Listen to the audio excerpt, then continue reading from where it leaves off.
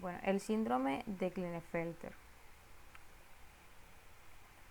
El síndrome de Klinefelter lo podemos definir como un hipogonadismo masculino que aparece en sujetos con dos o más cromosomas X y uno o más cromosomas Y.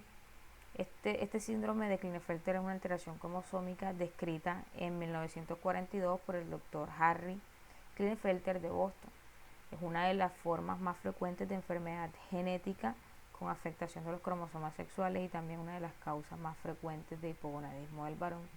Y su incidencia se presenta de, en uno de cada 850 varones nacidos vivos.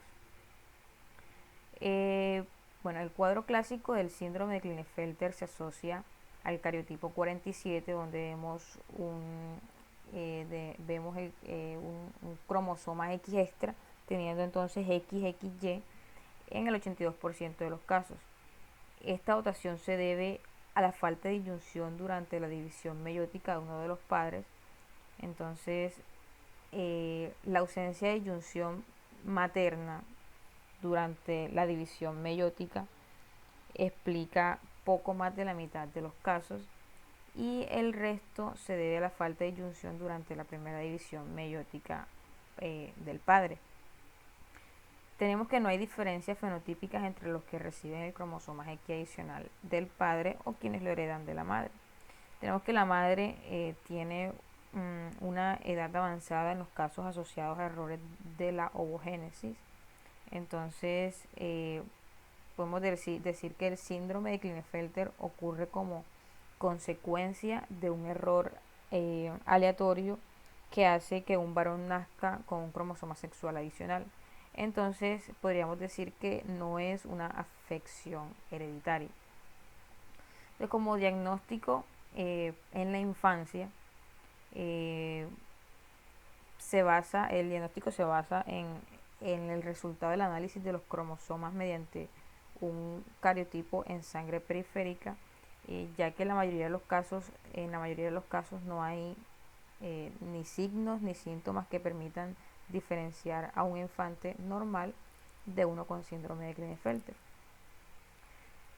Podemos decir que en los niños o en el infante con síndrome de Klinefelter es más frecuente encontrar falta de descenso de uno o ambos testículos, eh, y este evento pues puede presentarse también en otros niños y no es de pronto patonómico.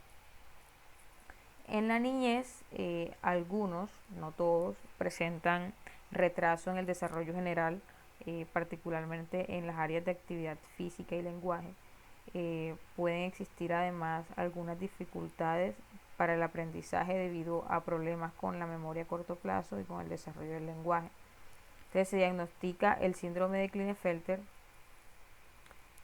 Si se diagnostica, perdón, se deben eh, planear las estrategias necesarias para resolver estas dificultades eh, eh, con ayuda del pediatra del niño. Tenemos que en la pubertad algunas veces los testículos, perdón, son muy pequeños y pobremente desarrollados, por lo que no pueden producir suficiente cantidad de hormonas masculinas y las testosteronas para iniciar la pubertad y a una edad normal.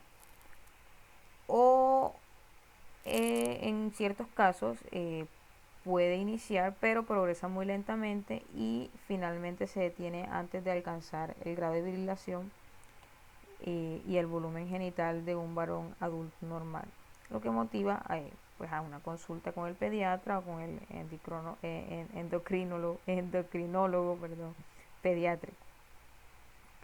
En los adultos, aunque este síndrome se puede diagnosticar antes de que se alcance la vida adulta, la causa que orienta al diagnóstico es la consulta por dificultades en fertilidad en adultos, particularmente cuando al encontrar falta total de producción de espermatozoides se solicita un cariotipo.